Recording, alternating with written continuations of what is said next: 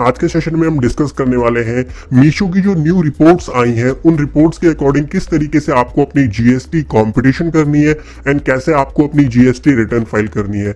Each and every step को बिल्कुल ही detail में समझेंगे, पूरी एक्सेल कैलकुलेशन आपके साथ डिस्कस करूंगा, साथ ही मैं आपको एक्सेल वर्किंग भी मैं आज शेयर करने वाला हूं। पूरी वीडियो को बिल्कुल ध्यान से देखिएगा और मेरे साथ साथ आप अपनी भी मीशो की जीएसटी रिटर्न को फाइल कर सकते हैं। चलिए विदाउट एनी फर्दर डू करते हैं आज के सेशन को स्टार्ट। तो भाई सबसे पहले आपको मीशो की रिटर्न फाइल करने के लिए चाहिए होती है मीशो की कुछ रिपोर्ट्स आपको चाहिए होती हैं। वो रिपोर्ट्स आप मीशो के पोर्टल पर लॉगिन करेंगे एंड वहां से उन रिपोर्ट्स को आपको डाउनलोड करना होता है। कौन कौन सी वो रिपोर्ट्स होती हैं आपको एक बार मैं शो कर देता हूं। सो बेसिकली आपको वहां से 4 रिपोर्ट्स मिलेंगी: ad revenue, forward report, reverse report and reverse shipping report. अब इसमें से कौन कौन सी रिपोर्ट्स आपके लिए यूजफुल होंगी वो मैं आपके साथ डिस्कस करता हूं। 2 रिपोर्ट का हमको यूज करना है, एक फॉरवर्ड रिपोर्ट एंड दूसरी है रिवर्स वाली जो रिपोर्ट होती है। ये इन दोनों का हमको यूज करना है अपनी जीएसटी कंपटीशन के लिए।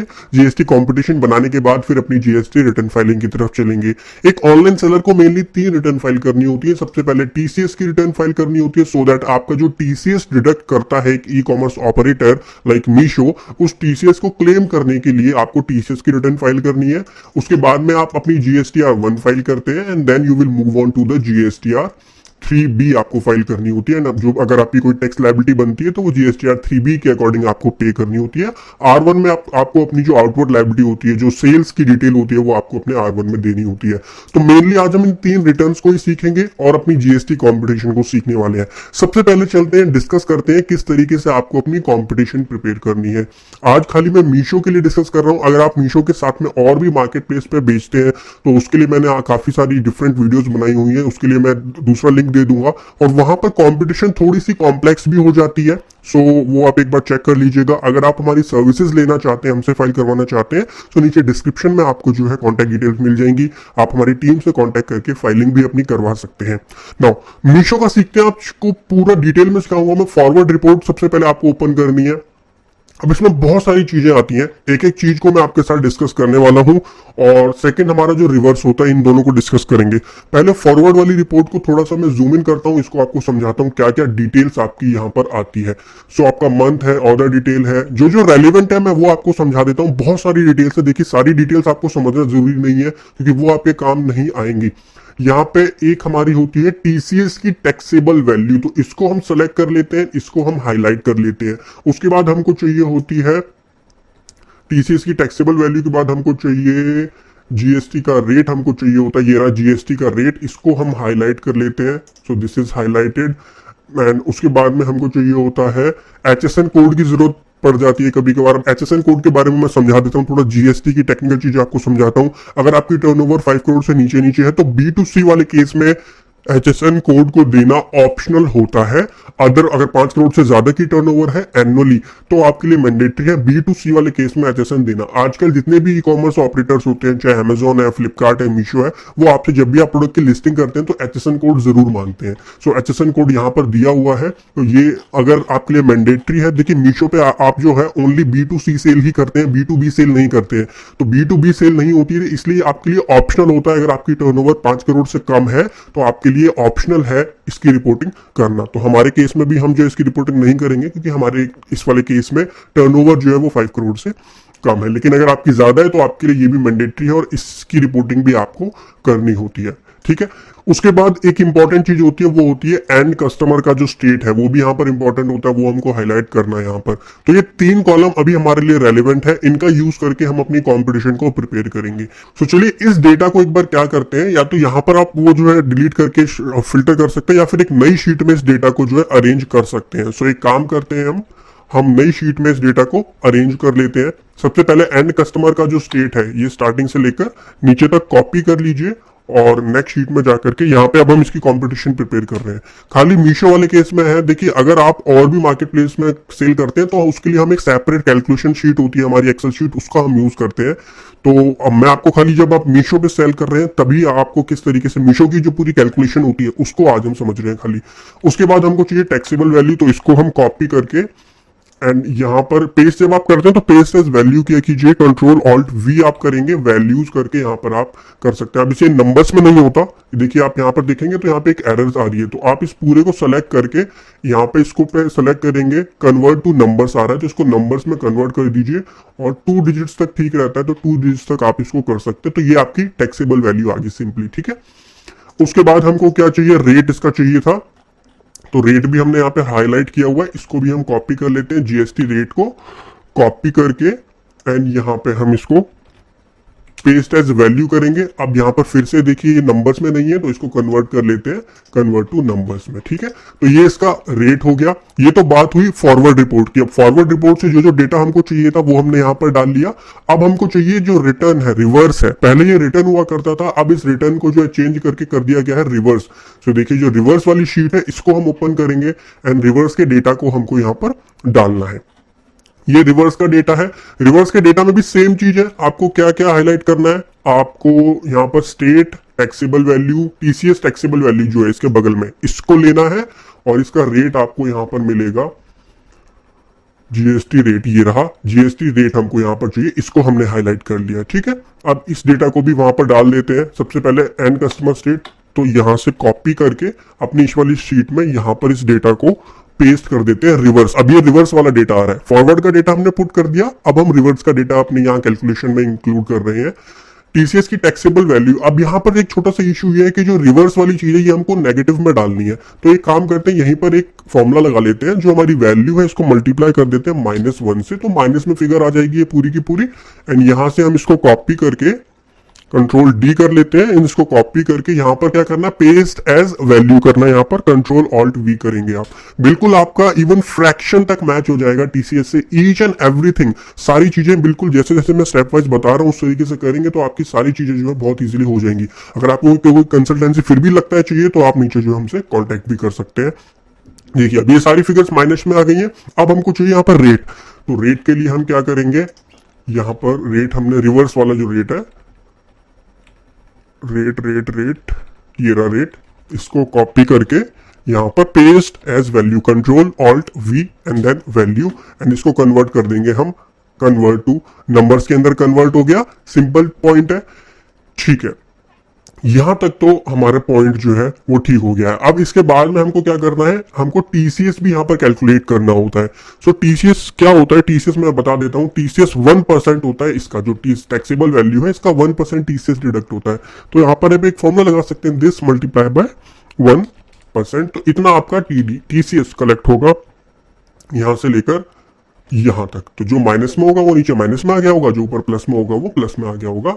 इसको भी 2 डिजिट्स तक हम जो है कर देते हैं, ठीक है। ये चीज आपकी जो है सेव हो गई। अब जो है एक काम करते हैं, इस टीसीएस का एक बार टोटल चेक कर लेते हैं। सो चलिए टीसीएस का टोटल करते हैं, प्लस सम करेंगे आप एंड यहां से यहां तक। तो ये हमारा सम टीसीएस का आ गया 198 और टीसीएस की टैक्सेबल वैल्यू कितनी आई, इसको भी सम कर लेते हैं यहां से यहां तक। सो इधर देखिए ये इसका टोटल आ रहा है, टोटल को ध्यान से देखिए क्योंकि यही हमको टीसीएस से मैच करना होता है। 19848.53 जो ये हमारी टैक्सेबल वैल्यू है, this is the taxable value, और ये उसके ऊपर टीसीएस डिडक्ट है, टोटल टीसीएस है ये हमारा। अब ये आपको कैसे मैच करना है, आप जाएंगे पोर्टल के ऊपर, जो जीएसटी पोर्टल होता है, जीएसटी पोर्टल पे आप लॉगिन करेंगे। सो मैं एक बार जो है यहाँ पे लॉगिन करता हूँ, लॉगिन करने के बाद दिखाता हूँ कैसे आपको टीसीएस से मैच करना है और कैसे अपनी टीसीएस रिटर्न फाइल करनी है। सो 827646 आप लॉगिन कर लीजिए। लॉगिन करने के बाद में आप जो है सर्विसेज पर जाइए, रिटर्न्स पे जाइए, यहाँ पे आपको मिलेगा TDS and TCS credit receive, ये यहाँ पर, यहाँ पे रिटर्न्स पे TDS and TCS credit receive, यहाँ पे आप मंथ सेलेक्ट कीजिए, मार्च मंथ, यहाँ पे आप सर्च करेंगे तो TDS and TCS credit receive में आप जाएंगे। इसके अंदर जाना है आपको, ये देखिए टीसीएस वाले के अंदर जाना है। ये ऊपर टीडीएस आपको दिख रहा होगा, टीडीएस के अंदर आपको नहीं जाना, आपको जाना ये नीचे टीसीएस। इसके अंदर जब आप क्लिक करेंगे तो आपको कुछ इस तरीके का दिखेगा स्क्रीन, में आपको दिखा देता हूं। मैंने यहाँ पे स्क्रीनशॉट ली हुई है, डिटेल हाइड की हुई है। आजकल क्लाइंट बड़े गुस्सा हो जाते हैं, भाई क्यों हमारी डिटेल शो कर रहे हो, और वही क्लाइंट अपनी शॉप के बाहर उसको जीएसटी नंबर लगाना मैंडेटरी है, और जब हम वीडियो बनाएंगे तो हमारा डिटेल हाइड कर दो। ठीक है भाई, हाइड कर देते हैं। क्लाइंट जो है भगवान होता है, भगवान से तो थोड़ी लड़ सकते हैं, भगवान से कैसे लड़ोगे आप। तो यहाँ पे दो चीजें, फ्लिपकार्ट को आप इग्नोर कर दीजिए क्योंकि फ्लिपकार्ट का हम आज नहीं कर रहे हैं। आज जो है वो हम कर रहे हैं किसका, ये आपका जो मीशो का डेटा होता है वो टीसीएस पे कैसे दिखता है, फाशनियर टेक्नोलॉजी प्राइवेट लिमिटेड के नाम से आपको मीशो का डेटा दिखेगा। यहां पर अब आप ग्रॉस वैल्यू देखेंगे तो 29162 आएगा, हमारे केस में तो 19,000 आया था, तो वो हमारी नेट वैल्यू थी 19848। इसको आप मैच कीजिए, आइए अपनी शीट के अंदर 19848.53, 19848.56 आ रहा है, तो कुछ 3 पैसे का डिफरेंस है, चलेगा, इतना कोई दिक्कत वाली बात नहीं है, ठीक है। अब ये वैल्यू कैसे आएंगी ये भी मैं आपकी एक बार मैच करा देता हूं। ऊपर ये जो प्लस वाली है ना, देखिए ये फिगर जो है ग्रॉस वैल्यू ये आती है आपकी फॉरवर्ड रिपोर्ट से। फॉरवर्ड रिपोर्ट जो मैंने आपको बताई थी उससे आपकी ये वाली वैल्यू आती है, और सप्लाई रिटर्न की जो वैल्यू आती है ये रिवर्स वाली जो रिपोर्ट हमारी होती है, रिवर्स वाली, उससे आती है ये वाली वैल्यू, और इसमें से जब ये माइनस होता है तो हमारी नेट वैल्यू आती है 19848। ये भी आपको मैच करा देता हूं। सो यहां से जो हमारा यहां तक था ना, तो इस पॉजिटिव वैल्यू को जब आप ऐड करेंगे तो 29162 आ रहा है, 29162 ये मैच है। और उसके बाद रिवर्स वाले को करेंगे टोटल।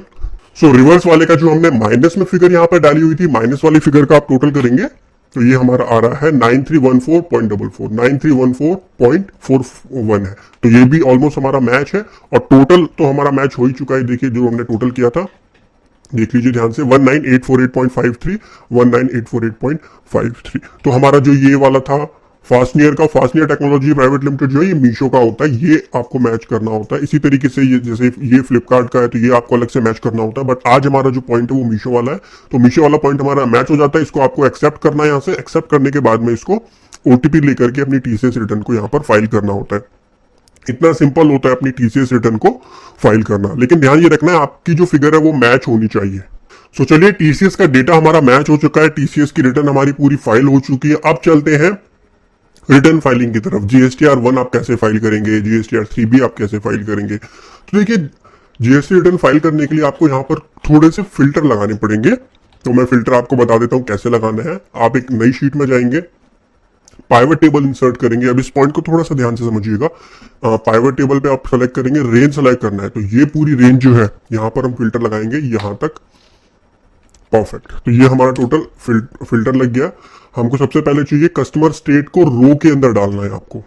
मैं फिर से रिपीट कर रहा हूं, कस्टमर स्टेट को आप कहां डालेंगे, रो के अंदर डालेंगे, तो आपका यहां पर जितने स्टेट है स्टेट वाइज डेटा आपका यहां पर आ जाएगा। उसके बाद टीसीएस की टैक्सेबल वैल्यू को आपको वैल्यूज में डालना है। यहां पर गलती मत करना, यहीं पे काफी लोग कंफ्यूज हो जाते हैं। तो आपकी जो टीसीएस टैक्सेबल वैल्यू है वो आपको डालनी है वैल्यूज के अंदर, और आपका ये काम जो है, और इसमें एक रेट वाइज फिल्टर भी लगता है, वो भी मैं आपको बता देता हूं। तो जीएसटी का जो रेट है वो आपको डालना है रो के अंदर, गलती नहीं करनी, जीएसटी रेट को डालना है रो के अंदर। अब यहाँ पर डेटा आ गया, लेकिन इसको और अच्छे से बनाने के लिए कुछ स्टेप्स आपको करने होते हैं, वो भी मैं आपको बताता हूँ। आप जो है ऊपर जाएंगे डिजाइन के ऊपर, डिजाइन में आपको दिख रहा होगा सब टोटल, यहाँ पे आपको क्लिक करना है डू नॉट शो सब टोटल।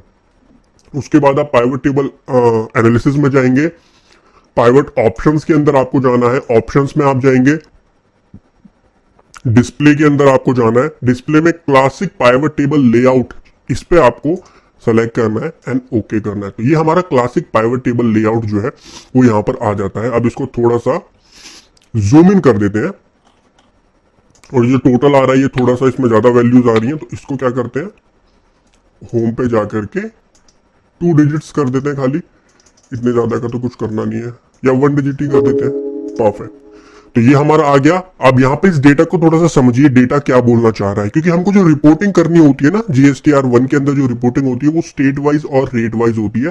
सो अब आप इसको ऑनलाइन भी फाइल कर सकते हैं। अगर आपको ऑनलाइन फाइल करना है तो आप जाइए जीएसटी रिटर्न के अंदर, यहाँ पर आप जाएंगे टेबल 7 के अंदर, और इसके अंदर आप एक एक करके सारी डिटेल डाल सकते हैं। अंडमान निकोबार आप सेलेक्ट कीजिए, जीएसटी रेट सेलेक्ट कीजिए, उसका टोटल वहां पर डाल दीजिए, और जो टैक्स होता है वो अपने आप वहां पे कैलकुलेट हो जाता है। फिर आंध्र प्रदेश कीजिए। तो एक एक करके अगर आप ऑनलाइन तरीके से फाइल करना चाहते हैं, लॉगिन करके जाइए जीएसटीआर 1 के अंदर, और B2C के अंदर जाकर के आप सारी डिटेल्स वहां पर डाल सकते हैं।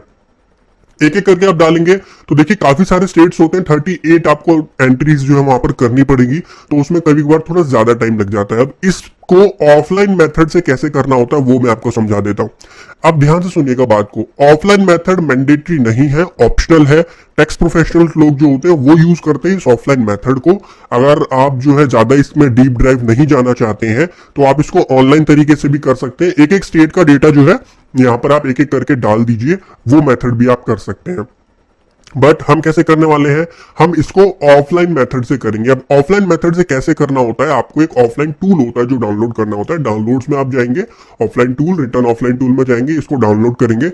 मैंने ऑलरेडी डाउनलोड किया हुआ है जीएसटी ऑफलाइन टूल, और इसको आपको इंस्टॉल करना होता है। ये जो टूल है इसको इंस्टॉल करना होता है, और ये टूल हमारा इंस्टॉल हो चुका है।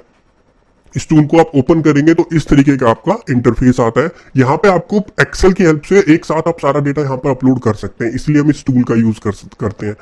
ठीक है, यहाँ पर आप ऐड न्यू पे जाएंगे, GSTR1 हम फाइल कर रहे हैं, GST डालना है आपको सप्लायर का। सो एक काम करते हैं, यहाँ से आपको GST मिल जाएगा, इसको आप कॉपी कर लीजिए, यहाँ पे पेस्ट कर दीजिए, और उसके बाद फाइनेंशियल ईयर 21 एंड 22 और मार्च मंथ का हम कर रहे हैं।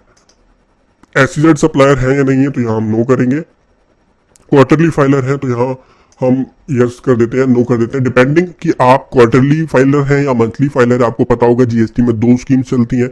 अगर आप मंथली फाइल करते हैं तो आपको यहाँ पर नो करना है, अगर आप क्वार्टरली फाइल करते हैं तो आप यहाँ पर यस कर सकते हैं। ठीक है, ये करके आप यहाँ पर प्रोसीड करेंगे एंड इसको यहाँ पर यस करना है आपको।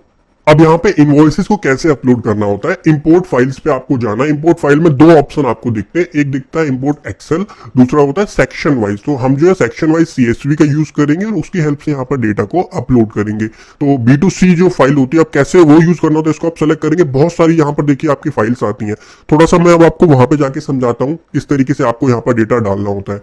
यहाँ पे एक हमको मिलती है एक्सेल वर्कबुक। एक्सेल वर्कबुक ऊपर वाला मेथड होता है जो कि हम यूज नहीं करेंगे, लेकिन उसमें से कुछ इन्फॉर्मेशन हमको चाहिए होती है। तो ये एक्सेल वर्कबुक है, इसके अंदर भी आप डेटा डाल सकते हैं, लेकिन यहाँ पर दिक्कत क्या होगी कि ये पूरी की पूरी एक्सेल वर्कबुक वहां पर अपलोड होती है। तो आपको जैसे मान लीजिए हमको B2C स्मॉल वाला है, तो B2C स्मॉल हमको खाली इसके अंदर डेटा डालना है, उसके लिए बाकी सारी फिगर्स हमको क्या करनी पड़ेगी, डिलीट करनी पड़ेगी। इसलिए इस वाले मेथड को हम यूज नहीं करते, हम यूज करते हैं दूसरे मेथड को। दूसरा मेथड कौन सा होता है, सेक्शन वाइज CSV फाइल। इसके अंदर आप जाएंगे, GSTR1 में आप जाएंगे, B2CS का मतलब होता है बिजनेस टू कस्टमर स्मॉल। उसके अंदर ये सारी आपकी मीशो वाली रिपोर्टिंग की जाती है। ये रहा B2C स्मॉल, इसको कॉपी करके आप जो है डेस्कटॉप पे पेस्ट कर लीजिए, इसको ओपन कीजिए और इसके अंदर अपना सारा डेटा डाल दीजिए, इसको अपलोड कर दीजिए यूटिलिटी पे। यूटिलिटी से जेसॉन बनेगी, जेसॉन को पोर्टल में अपलोड कीजिए, आपका काम हो गया, आपकी R1 फाइल होगी। यहाँ पे आपको सेलेक्ट करना है E या OE। OE मतलब other than e commerce operator, यहाँ पे आपको OE ही सेलेक्ट करना है, कोई भी सिनेरियो है। ठीक है, और उसके बाद में आइए अब चलते हैं कैलकुलेशन जो हमने की थी ये वाली। ठीक है, ये वाली कैलकुलेशन की थी हमने। अब यहाँ पे हमको स्टेट कोड डालना। अब एक चीज को समझिए, इसको थोड़ा जूम इन करता हूं मैं। ये CSV फाइल है, इसके अंदर आपको डेटा डालना होता है। देखिए, अगर आप टैक्स प्रोफेशनल है तो आप जानते होंगे इन चीजों को।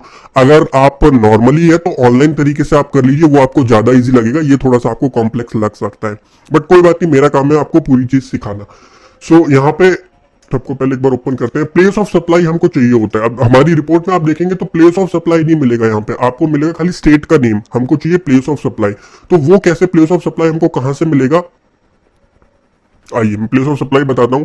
अब इसका प्लेस ऑफ सप्लाई क्या है, वो आपको मिलेगा जो एक्सेल वाली शीट अभी हमने देखी थी, ये वाली शीट। एक्सेल वाली शीट में जब आप सबसे लास्ट में जाएंगे तो सबसे लास्ट वाली शीट में आपको ये रहा प्लेस ऑफ सप्लाई। तो इस पूरे को कर लीजिए कॉपी और यहां पर कर लीजिए कहीं पर पेस्ट। तो ये हमारा प्लेस ऑफ सप्लाई आ गया है। ठीक है, अब एक एक करके यहां से आप प्लेस ऑफ सप्लाई सेलेक्ट कर सकते हैं। जैसे कि अंडमान एंड निकोबार आइलैंड का आपको मिलेगा यहाँ पर नीचे, अंडमान एंड निकोबार ये रहा। तो इसको कॉपी करके आप जो है यहां पर पेस्ट एज वैल्यू करेंगे, पेस्ट एज वैल्यू हो गया। फिर आंध्र प्रदेश का क्या है, आंध्र प्रदेश का आप देखिए यहाँ पर आपको मिल जाएगा, इसके नीचे ये रहा 37, कॉपी करके यहाँ पर आप पेस्ट एज वैल्यू, ये इसका प्लेस ऑफ सप्लाई हो जाएगा। फिर इसके नीचे भी आंध्र प्रदेश है तो इसको हम कंट्रोल D कर देते हैं। और फिर आसाम का क्या है, आसाम का आपको मिलेगा ये रहा 18, कंट्रोल C करके यहाँ पर कंट्रोल V। तो इस तरीके से सभी स्टेट का आपको जो है यहाँ पर स्टेट कोड डालना होता है, क्योंकि प्लेस ऑफ सप्लाई में आपको स्टेट कोड डैश फिर स्टेट का नेम ऐसे चाहिए होता है। यहाँ पर हमारे पास खाली स्टेट का नेम है। तो मैं एक बार जल्दी से क्या करता हूँ, सबका स्टेट नेम यहाँ पर डालता हूँ, फिर जो है आगे की वीडियो कंटिन्यू करते हैं। So guys, place of supply में मैंने सारी डिटेल्स यहाँ पर पुट कर दी है। जो भी उस स्टेट का प्लेस ऑफ सप्लाई का कोड के साथ में जो स्टेट नेम था वो मैंने यहाँ पर डाल दिया है अपनी इस वाली शीट से, और यहाँ से हमने सारे डेटा पुट कर दिया। अब आपको क्या करना है, इस पूरे को कॉपी करके जो हमारी CSV वाली फाइल है यहाँ पर पेस्ट करना है as a value. GST rate आपको डालना है। सो ये हमारा GST रेट है, इसको आप कॉपी करके यहाँ पर डालेंगे पेस्ट एज वैल्यू। उसके बाद टैक्सेबल वैल्यू है, तो टैक्सेबल वैल्यू ये हमारी आ रही है, इसको कॉपी करके यहाँ पर डालना है पेस्ट एज वैल्यू। परफेक्ट, आगे कुछ नहीं आएगा। स्टार्टिंग में आपको करना है OE करके आप जो है पूरे को ड्रैग ड्रॉप कर देंगे। इसके बाद जो ये डमी डेटा था, इस सैंपल डेटा को आप क्या कर दीजिए, डिलीट कर दीजिए। इसकी हमको कोई जरूरत नहीं है, हमने अपना डेटा यहाँ पर CSV फाइल में डाल दिया है। इसको आप सेव करेंगे तो ये CSV फाइल आपकी सेव हो जाए। तो चलिए अब इस डेटा को पुट कर देते हैं कहां पर, अपने पोर्टल के ऑफलाइन यूटिलिटी जो हम यूज कर रहे थे। ऑफलाइन यूटिलिटी हमारी कहाँ है, ये रही। यहाँ पे आपको क्या सेलेक्ट करना है, B2CS सेलेक्ट करेंगे आप। B2CS डिटेल्स टेबल नंबर जो है वो 7 होती है, इसलिए 7 लिखा है यहाँ पर। इसको आप सेलेक्ट करेंगे, इंपोर्ट CSV पे आपको क्लिक करना है, एंड जो CSV फाइल अभी हमने जहां डेटा सेव किया है यहाँ पर करके हमको यस कर देना है। यस करते ही देखिए आपके पास सक्सेस का मैसेज आ जाएगा, मतलब सारे आपके जितने भी रिकॉर्ड्स हैं वो यहाँ पर अपलोड हो चुके हैं। व्यू समरी पे आप जाएंगे तो यहाँ पे आपको पूरी समरी दिख जाएगी कि क्या क्या डिटेल्स हैं, कितना CGST, कितना SGST है, कितना टोटल IGST है, और टोटल नंबर ऑफ इनवॉइसेस कितने हैं। 36 हमारे टोटल, ये मतलब नंबर ऑफ इनवॉइसेस नहीं, ये स्टेट वाइज जो डेटा हमने पुट किया था ये वाला डेटा, तो ये 36 हमारा टोटल डेटा यहाँ पर आया है। इसको आप और डिटेल में चेक करना चाहते हैं तो इस पर आप एक बार क्लिक करेंगे तो यहाँ पर आपकी सारी डिटेल्स ये देखिए आ गई। अंडमान निकोबार में कितना है, तो जो डिटेल्स हमने डाली है वो यहाँ पर देखिए एक्सेल की हेल्प से यहाँ पर सारी डिटेल्स आ गई है। व्यू समरी पे आप जाएंगे तो ये आपकी समरी आ जाएगी। अब हमको क्या करना है, जनरेट करनी है JSON फाइल। तो जनरेट फाइल आपको दिख रहा है, तो ये JSON फाइल आपकी बन गई। इसको आप डाउनलोड कर लीजिए, सेव कर लीजिए। डेस्कटॉप के ऊपर आप जो है इसको सेव कर सकते हैं, तो डेस्कटॉप पे हमारी जो है सेव हो जाएगी। फिर इसको आपको R1 कैसे फाइल करनी है, आप जो है डैशबोर्ड पे जाइए, GST पोर्टल पे फाइल रिटर्न पे जाएंगे। बहुत सिंपल प्रोसेस है, और 21, 22 जिस मंथ का आप करना है वो पीरियड आप सेलेक्ट कीजिए, सर्च कीजिए। यहां पर तो हमारी हो चुकी है खैर। 22, 23 अप्रैल में मैं आपको दिखा देता हूं। प्रिपेयर ऑफलाइन पे आपको क्लिक करना होता है। JSON यहां पर आपको अपलोड करनी होती है, सेलेक्ट करके यहां पर आप अपलोड करेंगे तो आपकी JSON फाइल यहां पर अपलोड हो जाती है। और उसके बाद में आपको क्या करना है, सिंपली अपनी रिटर्न को फाइल कर देना है। इतना सिंपल प्रोसेस है। R1 का तो आपका यहां से पूरा हो जाएगा। उसके बाद GSTR 3B का कैसे करना होता है, 3B में आपका GSTR 1 से ऑटोमेटिकली डेटा आ जाता है, GSTR 1 से, और GSTR 2B से ऑटोमेटिकली डेटा आ जाता है अपने GSTR 3B के अंदर। तो वहां पे बस आपको एक बार चेक करना होता है। अच्छा, एक चीज नोट कर लीजिए, देखिए R1 से डेटा जैसे ही आप GSTR 1 आपने यहाँ पे डेटा डाल करके डेटा आपका प्रोसेस हो जाएगा, आप R1 फाइल कर देंगे। R1 से डेटा जाएगा आपके GSTR 3B में, लेकिन GSTR 2B से डेटा आपका जाता है कहां, GSTR 2B से इनपुट का डेटा जाता है आपके GSTR 3B में। R1 से तो आउटवर्ड का डेटा चला गया, यानी सेल्स का डेटा चला गया। 2B से आपका इनवर्ड का डेटा जाएगा, यानी जो परचेज आपने करी उसका डेटा यहां पर 3B में जाएगा। लेकिन 2B जनरेट जो होती है वो 14th ऑफ एवरी मंथ को होती है। तो जब भी आप 3B फाइल करें, 3B आप हमेशा 14 के बाद में फाइल कीजिए। R1 आप जो है 11 तारीख मंथली अगर आप फाइल करते हैं तो 11 से पहले पहले R1 अपनी फाइल कर दीजिएगा, और 3B को 14 के बाद में फाइल कीजिए, सो दैट आपका 2B जो है वो जनरेट हो जाए, और 2B से ऑटोमेटिकली जो इनपुट का डेटा है वो 3B में आ जाए, और R1 से तो अपने आप 3B में आ ही जाएगा। उसके बाद जो भी अगर आपका कोई टैक्स लायबिलिटी बनती है तो उस टैक्स की आप पेमेंट कर दीजिए GSTR 3B में, और अपनी जो है GST की रिटर्न फाइल कर सकते हैं। तो वो बहुत सिंपल प्रोसेस होता है GST की रिटर्न फाइल करना। उसको मैं डिटेल में किसी और सेशन में आपके साथ समझा दूंगा। फिलहाल जो है आपका काम डन हो चुका है, कंपटीशन हमारी प्रिपेयर हो चुकी है, JSON फाइल हमने बना ली है। JSON को आपको यहाँ पर अपलोड करेंगे आप, JSON फाइल आपकी सक्सेसफुली अपलोड हो जाएगी। R1 फाइल कीजिए, उसके बाद 14 के बाद में, हर महीने के 14 के बाद में अपनी 3B फाइल कीजिए। 3B में डेटा ऑटोमेटिकली आ जाएगा, और जो टैक्स की पेमेंट बनती है वो टैक्स पे करके आप जो है अपनी GST की रिटर्न को कंप्लीटली फाइल कर सकते हैं। गाइज, आशा करता हूं आपको समझ में आया होगा किस तरीके से आपको मीशो की कंप्लीट रिटर्न फाइल करनी होती है। अगर आपका कोई भी इशू या कोई भी डाउट रह जाता है, नीचे आपको कांटेक्ट डिटेल दी हुई है, वहां पे आप कांटेक्ट कर सकते हैं, अपने डाउट्स क्वेरीज पूछ सकते हैं, कमेंट सेक्शन में अपने डाउट्स पूछ सकते हैं। Thank you so much guys, आशा करता हूँ आपको ये सेशन पसंद आया होगा। हैव अ ग्रेट डे, हंसते रहिए, मुस्कुराते रहिए, बाय बाय, टेक केयर।